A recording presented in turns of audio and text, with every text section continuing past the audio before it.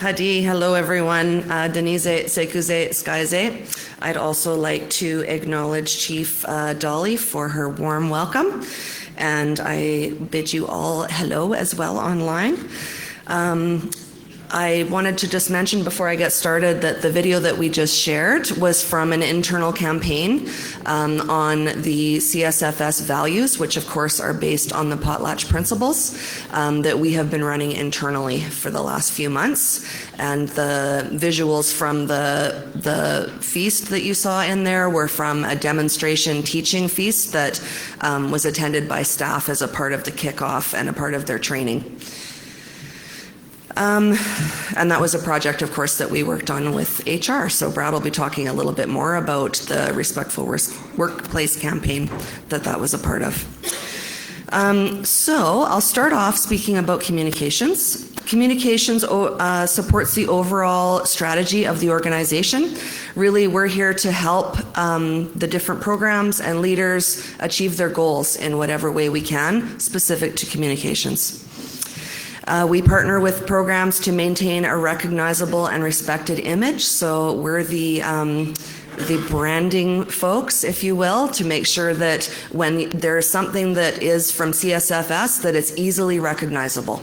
So we're all about colors and fonts and stuff like that, and of course proper use of our logo to make sure that people can recognize the information that we're sharing out. And we also, of course, support results around operational strategies with regards to issues, events, anything to do with media, and partner communication preferences. And of course, partners include everyone who is watching this right now. We did some of our accomplishments, rather, over the last year have been, I reported last year that we had a new project called the Intranet, which is basically an inward facing website where we can share CSFS staff information. And we have gone from 0 to 64% on staff who have completed their profiles and people who are returning to the site. So it's off to a great start, and we're really looking forward to seeing that continue to increase. We've also expanded the team in the past year to add a jurisdiction communications officer, and that person, Beth, is working very closely with the communications team as well as the jurisdiction team, again, to make sure that the messaging that needs to go out to the right people goes out in the right way. We've worked really hard with the human resources team around a recruitment campaign called Practice Differently. We're really excited about that campaign. It's been doing very well and actually was the most visited post that we've ever had in the entire time of our Facebook page. So we're really thrilled with how that turned out, and Brad's going to share some more information about that. And then, of course, the Respectful Workplace campaign, which I just spoke to, again, was a partnership between Human Resources and Communications to make sure that CSFS staff not only understand the values, but understand what it means to live the values of the organization. We have been working hard on updating our external website as well, with new content as well as the functionality of the website. As we all know, technology never stops evolving, and so as it evolves, we need to evolve how our website functions to make sure that it's meeting everyone's needs. We implemented a new events procedure, as well as regularly or setting up regular collaboration with nations communication representatives. So we did have one initial meeting, and we plan to extend that just to ensure that we're communicating effectively together on joint initiatives and sharing information and even practice support where desired and needed. And we have our Guzi Dustlas newsletter, of course. I do want to remind everyone that we do email this out as well as share it out on social media, but we can also mail it out, because one of the reasons that we have a paper newsletter is because we do understand that not everyone has good, reliable internet connectivity. And so if you are someone who really would love to have it mailed to you, please reach out to the communications team. We have our 1-800 number, of course, our main number of our our main office is 250-562-3591. If you have access to email, whoever wants to reach out to communications, we're just communications@csfs.org, and we'd love to hear from you. So our operational plan for the past year, as I said, we have increased our intranet engagement. We've continued the collaboration and support with nation comms reps. We've been working quite closely on a few different things. Working with jurisdiction, data governance, and data management is something that we've been working closely with Rachel on. We completed our internal values campaign, and we are starting a new campaign, which the working title at this point, it's just kind of in the beginning phases, is the Why CSFS campaign. So for that campaign, so far we're just at the research phase still, and we really want to make sure that we understand what community members want to know from us. Do they have all of the information that they need to know about our organization so that they can best utilize our services? So we did recently an online survey. We had 739 respondents, which is the most we've ever had. So I would like to give a huge shout out to everyone who filled out our campaign, or our survey rather. We super appreciated it. 51% of our respondents were from our member nations. And then we had 30 identify as Indigenous people from a different nation but still receive CSFS services. And then, of course, we have some non-Indigenous folks who also receive our services. So we thank all of you for your input. So we're going to use the information from the research that we've done to put together an impact report that can be distributed to all community members. And what we mean by impact report is really how CSFS has impacted your community and how you can access services. We're also going to work to gain and maintain the trust of community members, because as we all know, finding sources of truth is getting more and more difficult. The internet has been wonderful in so many ways because it's made our lives easier in a lot of ways, but it's also made it more difficult to find truthful information. And so that's an important part as well of this campaign. From the research so far, we've got 73% have a really positive opinion of CSFS. 67 are very likely or extremely likely to recommend CSFS services to their family and friends. We've got 47% who are not aware of the services they can access, and that's what I'm talking about, is making sure that everyone in community knows what they can count on us for support. And then we have 25% who have indicated that they've had some problems accessing services. So again, this is one of the purposes of this campaign is to ensure that we are breaking down those barriers to make sure that people can easily access services from us.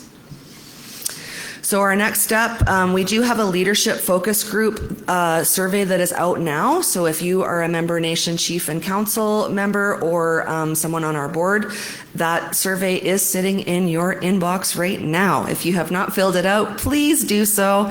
That is closing on October 27th. So I believe that is very much today, is it not? Yes, it is. So if I could ask on the break, if you could dig it out, if you need us to resend it to you, we'd be happy to do so. And then we're going to be rolling out the new campaign based on the information, of course, that we have received in the spring, and we're really excited about that. So for the information technology department, which I also oversee, we ensure that our organization is utilizing the best technology to, again, help us achieve our goals. That includes computers, server systems, safety, what do you call it? I'll just read my stuff. Subscription protection, contracted testing and education. So we have a platform that we use to educate our staff about the safety that they need to be aware of for using email and stuff, to not fall for a phishing attempt and possibly fall into the hands of bad actors, they call them. That means the bad guys that are trying to steal your information. All of our information. And then also we manage our desk and our help desk rather, and our cellular phone systems. And of course, we work closely with the programs to ensure that we are supporting their business solutions. We did an external audit this year, which was great. We hired a company called MNP to come in and give a bird's eye view of our IT department and how we're working and what we're doing great at and what we can do better.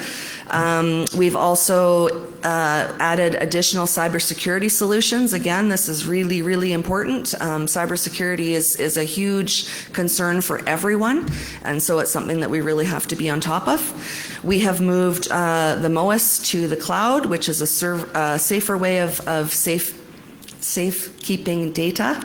And then we have supported a number of capital projects, including the planning stages of the treatment center. So far for our audit, the audit showed that the IT team has done a great job of maintaining the computer system so far. Our server is in excellent shape. We do need some more staff to keep up to the organizational growth, as well as to fulfill our role as a trusted business partner. And that really means making sure that we have the staff available to help programs make sure that their platforms are meeting their needs. So our operational plan that we've been working on is our M365, that's Microsoft Office 365. We've completed all of the planning. We have a pilot in place right now for our staff, and really what this means is moving email off of a physical server and into the cloud. And it will also allow, of course, for us to have more collaboration tools. If anyone has ever used Office 365, you'll know that it's much easier to work on documents together. They have a chat feature. It's going to make communication a lot easier, as well as sharing documents a lot easier within the organization. We, as I said, are working really closely with quality assurance on data governance and data management, making sure that we have those systems in place to safeguard information and make sure that the information that everyone needs is accessible when they need it. We have a data management strategy and platform initiation with jurisdiction. We are initiating our mobile device management for all CSFS tech equipment. That means that we will be able to shut off any device that belongs to the organization as needed, so that we're not having it sit there waiting to come into IT and still be active. We can shut it down until we get it, then we can update it and send it out to the new staff. We've also been working on an on and offboarding process to make sure that with all of our growth, we're keeping up to people's IT needs and getting them set up on their systems and getting computers back in time. And we've also posted an IT director position, which will be coming out soon, as well as we'll be looking at hiring some analysts and another help desk support staff as well.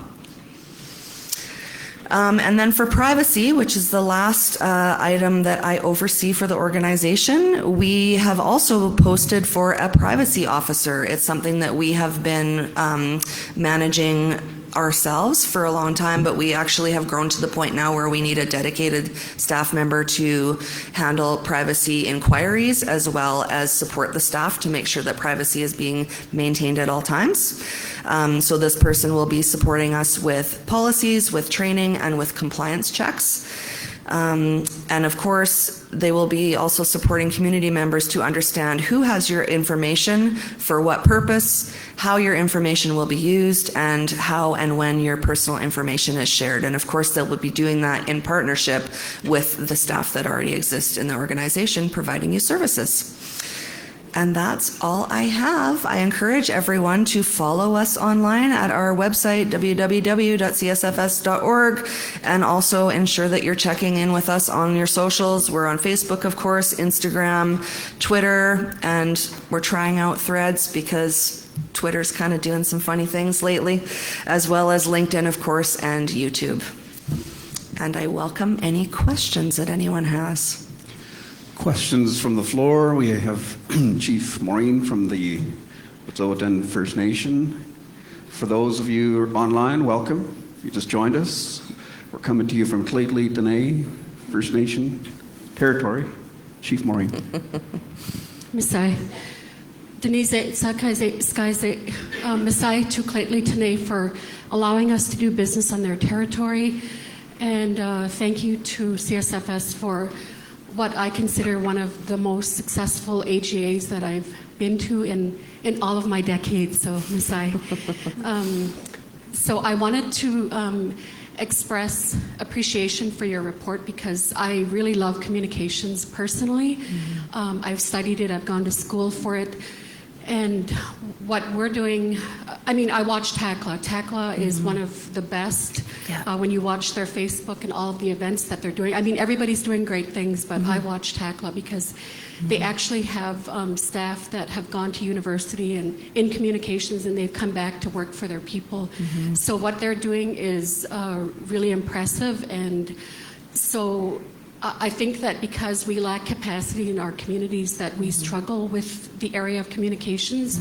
So I really love what you guys are doing here. I've noticed the difference. I also watch, what CSFS is doing. And when you look around the territory, is there a place that can really help our people advance in communications? Which of the Indigenous organizations that service Wet'suwet'en can actually do that for us?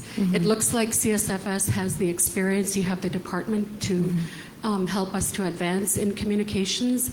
And so we've set aside a budget, and we've developed a job description. Nice. And we're advertising for a communications person because that is the way right now. Obviously, everybody's on Facebook and is addicted to social media. And we do things by email, by text messaging, and so there are ways and means that we can communicate effectively, especially through text messaging. And so those are all the ways that I utilize within our organization at Wet'suwet'en to get things across. And so, first of all, I just want to say that we would really love it if your team could come to Wet'suwet'en, not just your team, but if CSFS could come and do these reports in our community, and in every community if they so wish, because I think that it really makes a difference to be here in person, to hear the reports and to see the reports. I think all the PowerPoint presentations are excellent. And so my second point is that what I would request is that CSFS consider coming to our community and training our communications coordinator when we hire that person. And hopefully it will be in the near future. But that person could help in the areas of health, mental health, all of the things related to health and child and family, because those two departments make up the largest part of our organization. And so if you come and assist us in those areas, then that person would replicate all of those activities and bring it into other programs and services in Wet'suwet'en First Nation. So again, Marlaena, I really love the work that you do, and I'm so grateful that you're here to serve our people in the way that you do, and that you have the education and the experience to be able to lead as the Executive Director of Communications. So Masai. Thank you. Thank you, Chief. Marlaena? Yes, one of the goals that we actually have on our operational plan right now is those groups of, we foresee it as being a regular, either monthly, whatever people feel that they need, perhaps quarterly, whatever communities want, really. And the point of those groups is to have the communications professionals from community work directly with CSFS on either joint collaboration or on sharing those practice pieces. We belong to a number of different communications organizations that we get our training from. So we're happy to share anything and everything, and we absolutely want to help you to succeed. So please do reach out to me when you get your new person on, for sure. Thank you. Thank you. Any, we have Debbie West with a question or comment. Debbie? Thank you, Marlaena, for your report. I just wanted to ask, there's been a lot of, for your report on cyber attacks and things like scams and stuff. I noticed that for elders, there's a lot, and for the general public, there's a lot of different scams going on. Like on my cell phone, I received some text for Canada Post that my parcel has arrived. So I went to the post office and I said, "Is this from you?" And they said no. And so I was just wondering if you're able to do more communications and more advertising for the general public and for the elders. There's this to watch out for. Thank you. Absolutely. We have shared some free training resources already, but definitely we can add more. And we've also shared some information about people staying safe from friends who befriend you on social media and then start asking you for financial support. I've heard of a lot of elders also falling for stuff like that. And not even elders, I mean, you know, lots of people falling for stuff like that. And it's terribly unfortunate that we're living in this time where people are doing these sorts of things to, you know, gain off of other people. It's horrible, and we're absolutely happy to send out more resources on that to make sure that people can stay safe. It's really, really important. Yeah.